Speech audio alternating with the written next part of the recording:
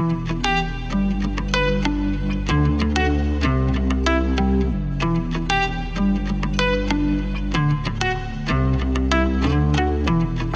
Everyone, welcome back to my channel chemistry with Bhumika. और आज हम लोग यहाँ शुरू करने वाले हैं इलेक्ट्रोकेमिस्ट्री चैप्टर। और इस इलेक्ट्रोकेमिस्ट्री को देखो, शुरू करने से पहले थोड़ा सा हम लोग जान लें कि ये चैप्टर में हम क्या क्या बात करेंगे, क्या होता है। तो नाम ही बता रहा है कि भाई इलेक्ट्रो और केमिस्ट्री, जहाँ आप इलेक्ट्रिसिटी और उसके साथ साथ केमिकल चेंजेस को लेकर बात करेंगे, वो आज हम पूरा इलेक्ट्रोकेमिस्ट्री में पढ़ेंगे। प्लस क्या ये चीजें हमारी डेली लाइफ में कुछ काम आती हैं, क्या इनका यूज है, किस तरीके से हम इन्हें इम्प्रोवाइज कर सकते हैं या फिर किस तरीके से इन्हें इम्प्रोवाइज किया गया, ये सब आज हम लोग बात करेंगे। और ये चैप्टर आपका बहुत इंपॉर्टेंट है। यहाँ क्या है, आपका आपका बोर्ड के हिसाब से तो है ही, साथ में आपके कंपटीशन जो एग्जाम्स जो आप देंगे उसमें इसके छोटे छोटे क्वेश्चंस बहुत ज्यादा आपके नंबर खा सकते हैं। तो वो आपको जरूरी है कि पूरा डेप्थ में आप स्टडी करो। अगर कोई प्रॉब्लम लगे या कहीं कुछ लग रहा है कि कुछ छूट गया है या याद नहीं हुआ या समझ में नहीं आया, तो कमेंट बॉक्स में मेंशन जरूर करेंगे। और अगर आप ये वीडियो सुन रहे हैं तो बिना लाइक और सब्सक्राइब किए तो बिल्कुल नहीं जाएंगे, ठीक है। चलो, तो हम लोग यहाँ चैप्टर अपना शुरू करते हैं। लेकिन हम ये जब शुरू करेंगे चैप्टर, तो सबसे पहले हम बिल्कुल एक जनरल टॉपिक उठाएंगे, कंडक्टर्स। कंडक्टर्स क्या होते हैं? अगर आपसे जनरल वे में मैं पूछती कि बेटा बताओ कंडक्टर क्या होते हैं, तो आपके दिमाग में सीधा एक ही आंसर आता कि कोई भी वो चीज जो इलेक्ट्रॉन का फ्लो कराने में हमें हेल्प कर रही है, जो इलेक्ट्रॉन्स को इजीली मूव करा रहा है ना, वही हमारे लिए कंडक्टर है। अब कोई भाई बहुत ही अच्छा कंडक्शन करा रहा है कि आपने एक साइड वहां पे इलेक्ट्रिसिटी का वायर जोड़ा और तुरंत उसने दूसरी साइड आपको करंट प्रोवाइड कर दिया, तो वेरी गुड कंडक्टर। किसी ने नहीं किया उतना अच्छा, कुछ ही इलेक्ट्रॉन आगे की तरफ बढ़ाए, तो आप उसे बोल देते हैं बैड कंडक्टर। और कोई अगर ज्यादा ही गुस्सा बैठा है कि बिल्कुल उसे करना ही नहीं है कंडक्शन, तो आप उसको नाम देते हैं, या तो आप बोलते हैं नॉन कंडक्टर या फिर आप बोलते हैं उसे इंसुलेटर। बहुत छोटी चीज जो हम लोग वो शायद मे बी 6 और 8 से हम लोग पढ़ते आते हैं, ठीक है, ये चीज हमको आइडिया होता है। अब यहाँ हम बात कर रहे हैं आज इलेक्ट्रॉनिक कंडक्टर्स की।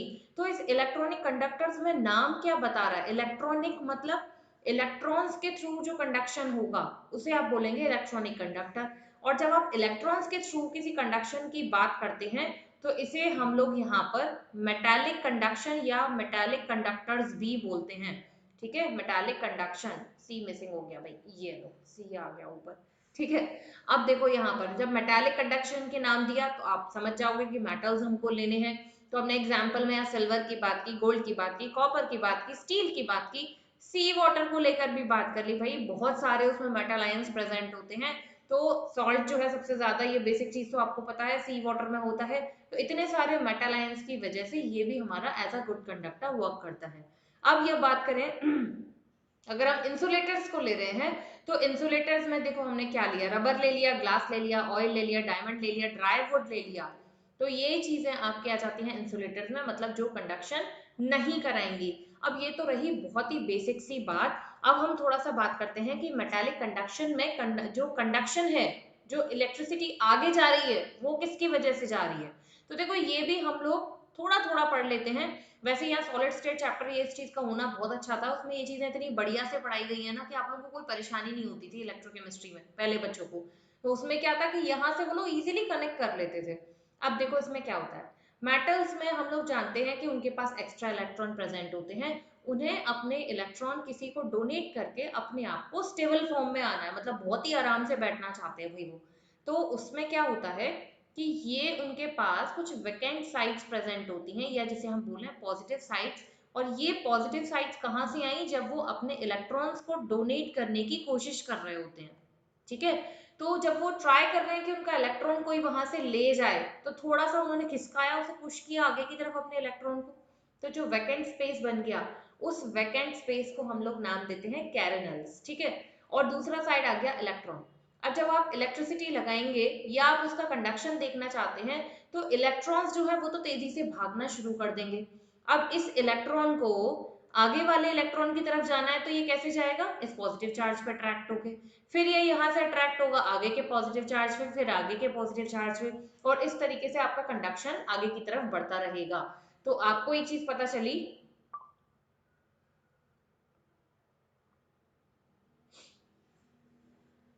कि जो आपका इलेक्ट्रॉनिक कंडक्शन है या मेटालिक कंडक्शन है, ये बेसिकली आपका किसके थ्रू हो रहा है, इलेक्ट्रॉन्स के थ्रू। ठीक है, यहाँ एक जनरल जनरल चीज जानो, अभी हम डिफरेंस पे आएंगे, फिर हम और ज्यादा डिटेल में उसकी लेके कंपेयर करते हुए बात करेंगे।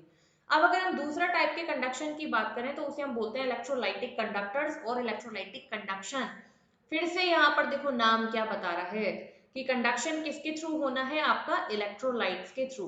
अब ये नाम आपने कहाँ सुना है इलेक्ट्रोलाइट्स का? भाई ये नाम आपने सुना है कि जब आपको डायरिया हो जाता है, बचपन में बाहर कुछ जाके खाया है चटर पटर, और उससे क्या हो गया, खाने से आपका हो गया पेट खराब, हो गया डायरिया, लूज मोशन, दम के लगे हुए हैं, तो अब आप डॉक्टर के पास जाओगे तो डॉक्टर क्या बोलेगा कि सिर्फ वाटर से काम नहीं चलेगा, आपके अंदर इलेक्ट्रोलाइट्स की कमी ना हो जाए, उसके लिए आपको या तो वो प्रोवाइड करेगा एक सेशे जिसमें वो आपको इलेक्ट्रोलाइटिक ड्राई फॉर्म में आपको वो प्रोवाइड करेगा पाउडर, या वो बोलेगा कि कोकोनट वाटर साथ में पीते रहना जिसमें सोडियम पोटेशियम अच्छा अमाउंट में प्रेजेंट होता है। आप क्या करते हो, डॉक्टर के यहाँ से वो सेशे लेकर आते हो, उसे वाटर में डिसॉल्व करते हो, उसके इलेक्ट्रोलाइट्स को आयंस में कन्वर्ट करते हो, वो आयंस जब आप पी जाते हो तो आपकी बॉडी हो जाती है रिचार्ज और आपको वीकनेस फील नहीं होती। ठीक है, यही होता है इलेक्ट्रोलाइट्स बेसिकली। अब आ जाते हैं इलेक्ट्रोलाइटिक कंडक्शन पर। तो जो कंडक्शन आपका मूवमेंट ऑफ आयंस से होगा, आयंस के मूवमेंट के थ्रू होगा, उसको हम इलेक्ट्रोलाइटिक कंडक्शन का नाम देंगे। अब एक चीज हमको यहाँ पता चल गया कि ये किसके थ्रू होगा, हमारा आयंस के थ्रू। अब कौन से वाले आयंस भाई, जैसे वहां पर हमने बात की थी कि कुछ गुड मेटालिक कंडक्टर्स होते हैं, कुछ बैड होते हैं, सिमिलरली यहाँ होता है कि कुछ तो आपके स्ट्रॉन्ग इलेक्ट्रोलाइट्स होते हैं, कुछ आपके वीक इलेक्ट्रोलाइट्स होते हैं। अब स्ट्रॉन्ग इलेक्ट्रोलाइट्स में कहीं ये तो नाम नहीं दिया गया कि किस टाइप के, कि सिर्फ आपका एसिड हो सकता है या बेस हो सकता है। स्ट्रॉन्ग इलेक्ट्रोलाइट्स आपके कोई भी हो सकते हैं, एसिड, बेस या सॉल्ट, जो वाटर में डालते ही तुरंत आपको आयंस दे दे, वो आपके लिए स्ट्रॉन्ग हो गया। तो अगर मैं आपसे पूछूं कि आप मुझे भाई स्ट्रॉन्ग एसिड बता दो, तो आप बोल दोगे HCl, H2SO4, राइट। अगर मैं यही आपसे कह दूं कि मुझे जरा बेस बता दो, तो आप तुरंत बोलेंगे NaOH या फिर KOH। और अगर मैं यही आपको बोल दूं जरा सॉल्ट, तो वाह, इन्हीं से पहचानना कितना आसान है, NaCl, K2SO4, तुरंत यहाँ पर आपको सॉल्ट्स रेडी हो जाएंगे। तो ये आपके कैसे आ गए, स्ट्रॉन्ग इलेक्ट्रोलाइट्स। यही मैं अगर आपसे कह दूं कि बेटा जरा वीक इलेक्ट्रोलाइट्स बताना, तो वीक इलेक्ट्रोलाइट्स में फिर से आप वही तीन चीजें लेंगे। एसिड में आप लेंगे वीक एसिड। अब कौन सा एसिड आपका वीक होता है, HCN आप ले सकते हो, और सबसे अच्छा बच्चों के दिमाग में आता है CH3COOH, विनेगर, एसिटिक एसिड, है ना। ऐसे बहुत सारे ले सकते हो। बेस में अगर आपसे पूछूं तो बेस कौन सा आप यहाँ पर वीक लोगे, आपका कैल्शियम हाइड्रोक्साइड, ये ले सकते हैं आप यहाँ से।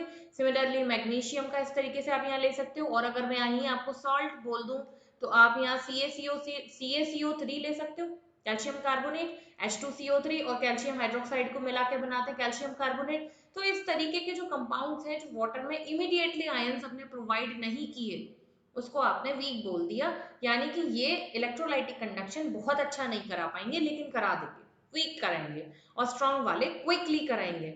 अब डिफरेंस पे आ जाओ। यहाँ अब आपको अगर बोर्ड में आएगा तो 3 नंबर में आएगा कि what is the difference between electronic conduction, electrolytic conduction.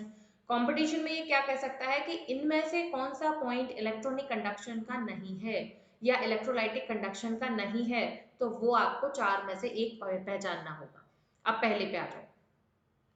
पहले वाले में इलेक्ट्रॉनिक कंडक्शन में हमने पढ़ा कि ये किसके मूवमेंट से हो रहा है, मूवमेंट ऑफ इलेक्ट्रॉन्स, और इसमें हमने यही पढ़ा कि ये हो रहा है हमारा मूवमेंट ऑफ आयंस। पहली चीज हमने पढ़ी थी।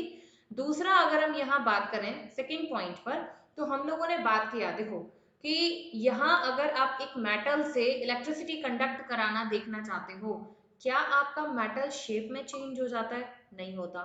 क्या वो एक तरफ से खिसक के दूसरी तरफ जाके मोटा हो जाता है, एक तरफ पतला हो जाता है, नहीं आता, नहीं होता ना।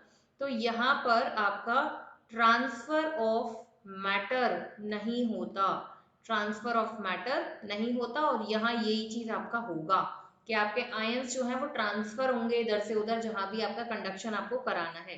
तीसरी चीज पर आते हैं। अगर आप टेम्परेचर बढ़ाते हैं तो टेम्परेचर बढ़ाने पर इसका कंडक्शन डिक्रीज हो जाएगा। अब यहाँ इंपॉर्टेंट रीजन आता है, व्हाई, क्यों डिक्रीज होगा भाई? अगर आपने मेटल का टेम्परेचर बढ़ा दिया तो वहां कंडक्शन आपका डिक्रीज क्यों हो रहा है? देखो अभी तक क्या था, मेटल्स में कंडक्शन हो रहा था इलेक्ट्रॉन्स की वजह से, इलेक्ट्रॉन जा रहे थे कैरेनल्स की तरफ भाग के, आगे की तरफ मूव करते जा रहे थे, कंडक्शन होता जा रहा था। लेकिन जब आपने टेम्परेचर बढ़ाया तो कैरेनल्स भी भागना शुरू कर देंगे साथ साथ, और जब कैरिनल्स भी भागेंगे तो हिंड्रेंस क्रिएट हो जाएगा, लड़ाई हो जाएगी सब में कि कौन कहाँ भाग रहा है, भगदड़ सी मच जाएगी। तो ऐसे में क्या हो जाएगा कि कंडक्शन आपका ऑटोमेटिकली डिक्रीज हो जाएगा। लेकिन आयंस के केस में क्या होता है, कहाँ चला जाता है ये मेरा पॉइंट, ये रहा।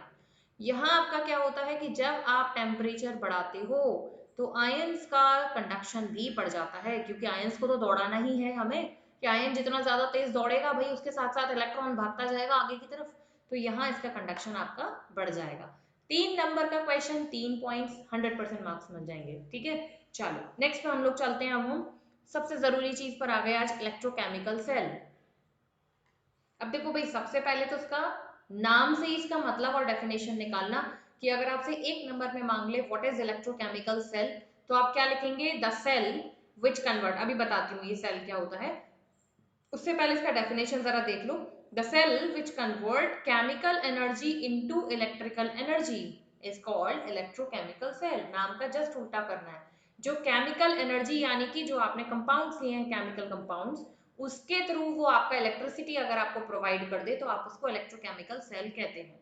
अब सेल की बात करो, सेल क्या है, देखो केमिस्ट्री में क्या होता है, इस इलेक्ट्रोकेमिस्ट्री में आप जिस वेसल के अंदर जो भी आप कंटेनर ले रहे हो उसके अंदर अगर आप मेटल रॉड और उसका सोल्यूशन लेकर आप रिएक्शन करा रहे हैं तो उसको वहां पर सेल बोला जाता है।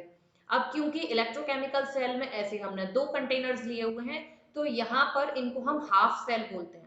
तो ये क्योंकि पहले नंबर पे आ रहा है आपका, किधर गया मेरा पॉइंट, ये रहा, तो ये क्योंकि आपका फर्स्ट नंबर पे आ रहा है तो इसको हम लोग यहाँ से कह देते हैं फर्स्ट हाफ सेल। ठीक है, और ये कंटेनर आपका दूसरे नंबर पर है तो इसको हम लोग यहाँ से बोल देते हैं सेकेंड हाफ सेल।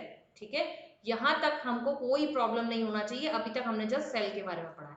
अब इसका सेटअप थोड़ा देख लें, सेटअप में क्या क्या हुआ है, क्या हमने ऑब्जर्व किया होगा, है ना, जो आपके जॉर्जी थे साइंटिस्ट उन्होंने क्या नोटिस किया होगा, उसके बाद हम इसके फाइनल आंसर या कंसेप्ट पर आएंगे। देखो उन्होंने सबसे पहले क्या किया, एक कंटेनर लिया है जिसमें उन्होंने फिल किया है ZnSO4 का सोल्यूशन, कलर आपको देख के लग ही रहा है ट्रांसपेरेंट व्हाइट है। उसके बाद क्या हुआ, उन्होंने उसमें सेम मेटल रॉड लगाया है। ठीक है, अब आप डिफरेंट क्यों नहीं लगा सकते थे, क्योंकि इन्हीं में आपस में रिएक्शन शुरू हो जाती, आपको तो इलेक्ट्रॉन्स का मूवमेंट कराना है, ट्रांसफर कराना है। तो क्या किया गया, जिंक का रॉड लेके ZnSO4 में पुट किया, कोई प्रॉब्लम नहीं है। फिर क्या किया, कॉपर रॉड लिया और कॉपर सल्फेट में पुट किया। अब इसका कलर देखो जरा, क्या आ रहा है कलर, ब्लू। अब एक क्वेश्चन आता है कि कॉपर सल्फेट में एक हमारा कॉपर होता है Cu+1, एक हमारा कॉपर होता है Cu+2, इसमें से कौन सा वाला कॉपर आयन जो है आपका ब्लू होता है, क्यों होता है, ये वाला आंसर आप मुझे बताएंगे कमेंट बॉक्स में। ठीक है, इसका मैं आपका इंतजार करूंगी। चलो अब यहाँ पर अगर हम आ जाएं कि कॉपर सल्फेट का कलर आया आपका ब्लू, तो अब हमने क्या किया, इसे 2 तरीके से कनेक्ट किया है। एक तो हमने एक्सटर्नली इसे कनेक्ट किया है वोल्टमीटर से, जो कि बताएगा कि आपका वोल्टेज कितना आ रहा है और कौन सी तरफ से आ रहा है, एरो आपको बताएगा। ठीक है, दूसरा आप इंटरनली उसे कनेक्ट कर रहे हैं with the help of salt bridge. अब सॉल्ट ब्रिज में क्या किया जाता है, सॉल्ट ब्रिज होता क्या है इसकी भी बात कर लेते हैं साथ के साथ। सॉल्ट ब्रिज आपका एक यू शेप्ड ट्यूब है, इस यू शेप्ड ट्यूब में आप लोग क्या करते हैं, KCl या फिर KNO3, इन दोनों को अगर अगर के साथ, ठीक है, अगर अगर के साथ आप स्ट्रांगली हीट करते हो, मेल्ट करते हो, जैसे मेल्ट हो जाता है उसे यू शेप ट्यूब में फिल कर देते हो, जैसे ही उसमें वो भर जाता है आप तुरंत उसे उठा के आईसी कोल्ड सोल्यूशन में पुट कर देते हैं। जैसे ही आप आईसी कोल्ड में रखते हैं सोल्यूशन एकदम से ठंडा होने की वजह से थिक पेस्ट जैसा बन जाता है, उसी को हम बोलते हैं, या उसको नहीं बोलते हैं, उसको हम सॉल्ट ब्रिज में फिल करते हैं जो यूज करते हैं। ठीक है, अब ये सोल्यूशन आपका बाहर ना निकल आए इसके लिए हम यहाँ पर ग्लास वूल लगा देते हैं दोनों एंड्स पर, या फिर कॉटन लगा दिया जाता है। तो KCl के NO3 में से आपने कुछ भी एक लिया, अगर अगर में मिक्स किया और सॉल्ट ब्रिज में लेके फिल कर दिया। इसका काम क्या रहेगा, इसका काम रहेगा कि ये जिधर भी एक्सेस में इलेक्ट्रॉन्स रहेंगे उन इलेक्ट्रॉन्स को उस दोनों साइड बैलेंस करने के लिए एक तरफ से दूसरी तरफ पहुंचा देगा। ठीक है, बचपन में आपने ये साइंस एक्सपेरिमेंट शायद क्लास 6 में किया हो, जब 2 ग्लास को हम लोग एक पेपर टॉवल के थ्रू या नैपकिन के थ्रू जब कनेक्ट कर देते हैं तो एक कलर उसमें जो था दूसरा कलर उसमें जो था वो दोनों बैलेंस होकर इक्विवेलेंट कर लेता है, मिक्स कर लेता है एक दूसरे के कलर। तो ये वही सर्किट का काम कर रहा है सॉल्ट ब्रिज। ठीक है, अब हमने क्या किया, जब इतना सब कुछ हमने कनेक्ट कर लिया तो हमने यहाँ पर ये नोटिस करना शुरू करा कि जो आपका जिंक सल्फेट का सोल्यूशन है वो धीरे धीरे ज्यादा व्हाइट होता जा रहा है। है ना। इसको जरा ऑब्जर्वेशन हम एक जगह लिख लेते हैं। ऑब्जर्वेशन में हमने क्या नोटिस किया कि जो जिंक का रॉड है ये साइज में रिड्यूस हो रहा है, पहली चीज। ZnSO4 और ज्यादा व्हाइट हो रहा है, इसको इतना मेंशन करने की जरूरत नहीं है। दूसरा, जो कॉपर सल्फेट का सोल्यूशन था वो आपका ब्लू से अब व्हाइट या ट्रांसपेरेंट होता जा रहा है, या हम बोले कि ब्लू कलर फेड होता जा रहा है। तीसरा, हमने नोटिस किया कि जो कॉपर रॉड है it starts gaining its weight, ये अपना वेट वहां पे गेन कर रही है, मतलब साइज जो है वो बढ़ता जा रहा है, मोटी होती जा रही है, थिक होती जा रही है। प्लस वोल्ट मीटर में आपको तुरंत कुछ ना कुछ डिफ्लेक्शन शो हो रहा है, ये डिफ्लेक्शन का जो एरो है ये आपका जिंक की तरफ ज्यादा जा रहा है। अब इसमें क्या हुआ होगा, अब इस पर आ जाते हैं। देखो हमने यहाँ बात की कि जिंक रॉड साइज में रिड्यूस हो रही है, तो जब कोई चीज आपकी साइज में रिड्यूस होती है तो हम ऐसा बोल सकते हैं कि ये अपने आयंस में कन्वर्ट हो रही होगी, Zn2+। अब प्लस यहाँ आ जाएगा 2 इलेक्ट्रॉन। मैम अब आप ये मत कहना कि मैम Zn को आपने Zn+ क्यों नहीं बनाया, Zn3+ क्यों नहीं बनाया, Zn2+ ही क्यों बनाया। भाई ये इसका कॉन्फ़िगरेशन करके देखना, लास्ट में जो इलेक्ट्रॉन्स हैं इसने अपने उतने इलेक्ट्रॉन अपने आप को बैलेंस करने के लिए डोनेट कर दिए, ठीक है। तो Zn आपका कन्वर्ट हो गया Zn2+ प्लस 2 इलेक्ट्रॉन। और हमने ये देखा कि कॉपर सल्फेट का सोल्यूशन ब्लू से खत्म होता जा रहा है और कॉपर रॉड मोटी होती जा रही है, तो उसको इतना कॉपर आ कहाँ से रहा है, तो वो आ रहा है आपका कॉपर सल्फेट सोल्यूशन से। अब कॉपर सल्फेट सोल्यूशन में कॉपर आपका किस चार्ज में प्रेजेंट है, Cu2+ की फॉर्म में। तो ये Cu2+ ने वही इलेक्ट्रॉन्स एक्सेप्ट किए जो सॉल्ट ब्रिज ने जिंक से उठा के कहाँ पहुंचाए थे, कॉपर के पास, और ये कन्वर्ट हो गया आपका कॉपर में, ठीक है। उसके बाद इलेक्ट्रॉन से इलेक्ट्रॉन आपने कट किए और आपको यहाँ क्या मिल गया, Zn plus Cu2+ giving rise to Zn2+ plus Cu। पहले तो इतना यहाँ पर ध्यान रखना, ठीक है। ये आपने यहाँ पर नेट जो है वो रिएक्शन लिख दी। अब यहाँ पर आप बात करो कि हम अगर जनरल बात करें कि ऑक्सीडेशन और रिडक्शन होता क्या है, तो हम लोग कुछ चीजें जानते हैं, क्लास 11th में हम लोग पढ़े थे कि ऑक्सीडेशन नाम बता रहा है एडिशन ऑफ ऑक्सीजन, और जहां ऑक्सीजन जुड़ता है वह हम बोल देते हैं रिमूवल ऑफ हाइड्रोजन, बहुत जनरल सी चीज। रिडक्शन में हम बोल देते हैं addition of hydrogen, removal of oxygen. अब अगर इन टर्म्स ऑफ इलेक्ट्रॉन की बात करें तो हम बोलते हैं लॉस ऑफ इलेक्ट्रॉन्स। 1 2 3 कुछ नहीं बोला हमने, ओनली लॉस ऑफ इलेक्ट्रॉन्स। और यहीं पर क्या हो जाएगा, गेन ऑफ इलेक्ट्रॉन्स आपका हो जाता है रिडक्शन। पहले वाले केस में जिंक ने अपने इलेक्ट्रॉन्स डोनेट किए हैं, मतलब यहाँ हुआ है ऑक्सीडेशन। दूसरे वाले केस में कॉपर आयन ने इलेक्ट्रॉन्स गेन किए हैं, उसे इलेक्ट्रॉन मिल गए, तो यहाँ क्या हो रहा है आपका रिडक्शन। इस केस में दोनों चीजें हो रही हैं तो हम इसे बोलते हैं रिडॉक्स, पहली चीज, ठीक है। तो अब हम वापस अपने स्लाइड पर आ जाएं, तो हमने यहाँ बात कर लिया कि ऑक्सीडेशन इधर होगा, रिडक्शन इधर होगा। ऑक्सीडेशन हमेशा होता है एनोड पर, रिडक्शन हमेशा होता है कैथोड पर। वेरी कंफ्यूजिंग, एक नंबर कई बार जाने का बड़ा डर लगता है कि कौन किस पर ऑक्सीडेशन हो गया, किस पर रिडक्शन हो गया। उसके लिए आपको याद रखना है ऑक्सेनो एंड रेड कैट। ऑक्सेनो आई एम श्योर आपको याद नहीं होगा, लेकिन लाल बिल्ली जरूर याद हो जाएगी, है ना। रेड कैट, लाल बिल्ली। तो रिडक्शन एट कैथोड, अब जाहिर सी बात है भाई, जब रिडक्शन आपका कैथोड पर हो रहा है तो फिर ऑक्सीडेशन अपने आप ही आपका एनोड पर हो जाएगा। बस दैट्स इट, इतनी सी बात थी। तो अब एक और चीज क्या याद रखनी है कि ऑक्सीडेशन आपका है नेगेटिवली चार्ज, सॉरी एनोड आपका है नेगेटिव चार्ज और कैथोड आपका होता है पॉजिटिव चार्ज। दोनों इलेक्ट्रॉन्स के, इलेक्ट्रोड्स के चार्ज आपको याद रखने हैं, पहली चीज हो गई, ठीक है। बहुत सारी चीज हो गई, पहली चीज गलत नाम दे दिया, बहुत सारी चीज हो गई। अभी देखो यहाँ तक हम इतना सब कुछ कराए, हम लोगों ने ये बात कर लिया ऑक्सीडेशन क्या होता है, रिडक्शन क्या होता है। अब इसके सबसे जरूरी पार्ट पर आते हैं, सेल नोटेशन बनाना। सेल नोटेशन में आपको क्या करना है, ये ऊपर वाला जो रिएक्शन जो हमने लिया ना इसी को कन्वर्ट करते जाना है। आपने जिंक लिया था सॉलिड की फॉर्म में, जो आपने उसने क्या दिया, पहले वाले रिएक्शन पे बात कर रहे हैं हम कि जिंक किस में कन्वर्ट हुआ आपका Zn2+ आयन में, इसको मैं एक्वस लिख सकती हूँ, एक्वस में आ गया।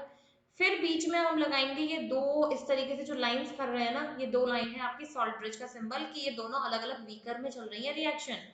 अब उसके बाद क्या हुआ है दूसरी वाली में आपका, कि ये जो कॉपर आयन है जो आपका एक्वस फॉर्म में प्रेजेंट था, ये आपका कन्वर्ट हुआ था कॉपर सॉलिड में। बस इसी को हम बोलते हैं नेट सेल रिएक्शन। तो जब भी आपको इस तरीके की रिएक्शन दे दी जाए, फर्स्ट हाफ सेकंड हाफ, और आपको बोला जाए एक नंबर में जरा इसका सेल नोटेशन बना के दिखाना, बहुत आराम से आप बना दोगे, बिल्कुल भी परेशानी नहीं होगी। इतना तो मैं श्योर हूँ कि यहाँ तक आपको कोई प्रॉब्लम नहीं हुई होगी। I hope I guess. कोई प्रॉब्लम नहीं है, ये लग रहा है तो भाई कमेंट बॉक्स में लिख देना ठीक है, इतना भी श्योरिटी अच्छी बात नहीं है, ओवर कॉन्फिडेंस। चलो यहाँ तक हमारा काम हो गया, अब हम नेक्स्ट पे बात करते हैं अब देखो एक चीज हम लोग जानते हैं, यहीं पर आ जाए वापस अपनी स्लाइड पर, कि जब भी किसी व्हीकर में आपका चार्ज डिफरेंस आता है, ठीक है, पहले वाले में क्या आया कि Zn ने जिंक सल्फेट में निकल के बहुत सारे Zn2+ बना दिए थे, 2 इलेक्ट्रॉन जो थे वो सॉल्ट ने दूसरी तरफ पहुंचा दिए थे। तो जब ऐसा चार्ज डिफरेंस क्रिएट हो जाता है तो इसको हम लोग बोलते हैं इलेक्ट्रोड पोटेंशियल। हालांकि हम लोग अभी इसके बारे में नेक्स्ट वीडियो में डिटेल बात करेंगे, यहाँ हम थोड़ा जनरल सी बात करते हैं कि इलेक्ट्रोड पोटेंशियल क्या होता है। जब दो डिफरेंट चार्जेस वहां पर जनरेट हो जाए तो पोटेंशियल डिफरेंस जो आ जाए उसको हम इलेक्ट्रोड पोटेंशियल बोल देते हैं। अब अगर हम सेम कंटेनर में रख के उस इलेक्ट्रोड को पुट कर रहे हैं सेम सोल्यूशन में तो हम बोलते हैं उसे इलेक्ट्रोड पोटेंशियल। लेकिन अगर हम वही पोटेंशियल दो डिफरेंट डिफरेंट सेल या दो डिफरेंट डिफरेंट व्हीकर्स या दो डिफरेंट सोल्यूशन के बीच में वो पोटेंशियल डिफरेंस अगर हम देख रहे हैं तो उसको हम लोग बोलते हैं ईएमएफ। ठीक है, अब ये जो आपका ईएमएफ है ये किस तरीके से होता है कि इसका फॉर्मूला हम लोग बोल देते हैं E naught cathode minus E naught anode. इसको बहुत डिटेल में मैं यहाँ बात नहीं कर रही हूँ क्योंकि नेक्स्ट वीडियो में हमें इसके बारे में बात करना है। ठीक है, थोड़ा स्टैंडर्ड कंडीशंस को लेकर हम बात करेंगे। अब देखो फंक्शन ऑफ सॉल्ट ब्रिज पर आने से पहले एक चीज याद रखना कि ये जो इलेक्ट्रोकेमिकल सेल है ये जब इसका बिल्कुल आपका एक्सपेरिमेंट किया गया था तो इसमें कुछ चीजें आपकी फिक्स्ड रखी थी, जैसे आपका प्रेशर, कॉन्सेंट्रेशन, टेम्परेचर। तभी हमने यहाँ पर एक्यूरेसी की बात की थी। जैसे प्रेशर जो है या तो आप लोग 1 एटमॉस्फेरिक या 1 बार, कॉन्सेंट्रेशन आप यहाँ लेंगे सोल्यूशन दोनों का 1 मोलर, और टेम्परेचर आप लेंगे 25 डिग्री सेल्सियस या 298 केल्विन। जब ये तीन चीजें आपकी फिक्स हो जाती हैं, जब ये तीन वैल्यूज आपकी एक्यूरेट हो जाती हैं, तब जो आपका सेल है एक्यूरेट आपका वोल्टेज प्रोवाइड करती है। ये चीज आपको याद रखनी है। अब आ जाओ कि यहाँ पर सॉल्ट ब्रिज का क्या फंक्शन था, क्या ये लगाना बहुत जरूरी था, कुछ और नहीं लगा सकते थे? चलो पहली बात तो हमने यहाँ पर बात की थी बिल्कुल शुरुआत में कि ये हमारा इनर सेल सर्किट बनाती है। इनर सेल सर्किट से हमारा मतलब था कि हमें इलेक्ट्रॉन्स के ट्रांसफर के लिए कुछ चाहिए था। भाई हम यही तो पढ़ते हैं कि केमिकल एनर्जी को इलेक्ट्रिकल एनर्जी में, तो इलेक्ट्रिकल मतलब क्या, इलेक्ट्रॉन्स। इलेक्ट्रॉन्स का मूवमेंट कराने के लिए तो कोई चाहिए था ना हमको। घरों में भी ऐसी हवा में उड़ते हुए इलेक्ट्रॉन थोड़ी आते हैं आपके पास। आप क्या करते हो, वायर खींचते हो, वो वायर आते हैं पोल्स से, तब आपके पास इलेक्ट्रॉन्स आ पाते हैं। तो इनको भी एक मीडियम चाहिए था, तो वो सॉल्ट ब्रिज ने काम किया। दूसरी चीज अगर हम यहाँ बात करें, ये क्या करता है आपका, it prevent the transfer of electrolyte. इसने ये काम किया क्या कि ZnSO4 सोल्यूशन उठा के कॉपर सल्फेट में भेज दिया हो या जिंक उठा के कॉपर की तरफ पहुंचा दिया हो, ऐसा किया नहीं किया। तो इसने क्या किया, प्रिवेंट की वो चीज। अब ये प्रिवेंशन कैसे हुआ, अगर हम सिर्फ यू शेप्ड ट्यूब लगा देते तो डेफिनेटली वहां पहुंचने के चांसेस थे कि एक सोल्यूशन दूसरे में पहुंच जाता। लेकिन आपने इसमें KCl KNO3 जो भी लिया था, अगर अगर मैं फिल करके ग्लास वूल कॉटन वूल वहां लगा के बंद कर दिया था, तो ऐसे में इसने ट्रांसफर नहीं होने दिया इलेक्ट्रोलाइट का। इसने सिर्फ वेरी जो स्मॉल पार्टिकल्स हैं आपके, जो आपका इलेक्ट्रॉन है सिर्फ उसका इसने ट्रांसफर किया है। दूसरा इसका फंक्शन हो गया। अब तीसरा जो हम यहाँ बात करेंगे कि ये आपका इलेक्ट्रिकल न्यूट्रलिटी मेंटेन करने में हेल्प करता है। ठीक है, इट मेंटेन्स इलेक्ट्रिकल न्यूट्रलिटी। अब ये कैसे किया, वही वाला पॉइंट आप बोलोगे ना मैम अभी पढ़ाया तो था कि इलेक्ट्रॉन इधर से उधर भेज देता है ना, इलेक्ट्रिकल न्यूट्रलिटी मेंटेन हो गई, एक तरफ इलेक्ट्रॉन ज्यादा बने ही नहीं। लेकिन क्या होता है बेटा कि जब यहाँ पर अभी जो हमने बात की थी कि जिंक इसमें से निकल के बहुत ज्यादा आ गया, Zn2++2 इलेक्ट्रॉन, और ये उतना तेजी से सॉल्ट ब्रिज जो है वो काम नहीं कर पा रहा है इसमें, जब तक भेज ही नहीं पा रहा है इलेक्ट्रॉन्स इतनी देर में। तो ऐसे में क्या होता है कि अगर Zn2+ आयन ज्यादा निकल आए तो जो सॉल्ट ब्रिज में आपने KCl लिया हुआ था जो किस में डिवाइडेड था, K+ और Cl नेगेटिव में, तो ये क्या करेगा कि अपने Cl नेगेटिव आयन इस जिंक की तरफ भेजना स्टार्ट कर देगा। तो उससे क्या होगा कि यहाँ पर जिंक जो है वो सॉल्ट बनाना शुरू कर देगा ZnCl2, और यहाँ पर इलेक्ट्रिकल न्यूट्रलिटी मेंटेन हो जाएगी। तो ये सॉल्ट ब्रिज के अगर 3 नंबर का क्वेश्चन आता है, 3 पॉइंट्स आपने इजीली यहाँ मेंशन कर दिए। इनर सेल सर्किट पूरा करेगा, आपका इलेक्ट्रोलाइट का ट्रांसफर को रोकेगा, तीसरा आपने बताया कि इलेक्ट्रिकल न्यूट्रलिटी मेंटेन करता है। तो यहाँ तक कोई भी डाउट हो तो जरूर पूछ लेना, फिलहाल हमारा ये टॉपिक यहाँ लास्ट होता है। नेक्स्ट हम लोग जो इसका मॉडिफाइड फॉर्म है डेनियल सेल, उस पर बात करते हुए कंटिन्यू करेंगे। ठीक है, तब तक के लिए bye bye, have a nice day. और wait wait wait, like subscribe किए बिना मत जाना। बाय।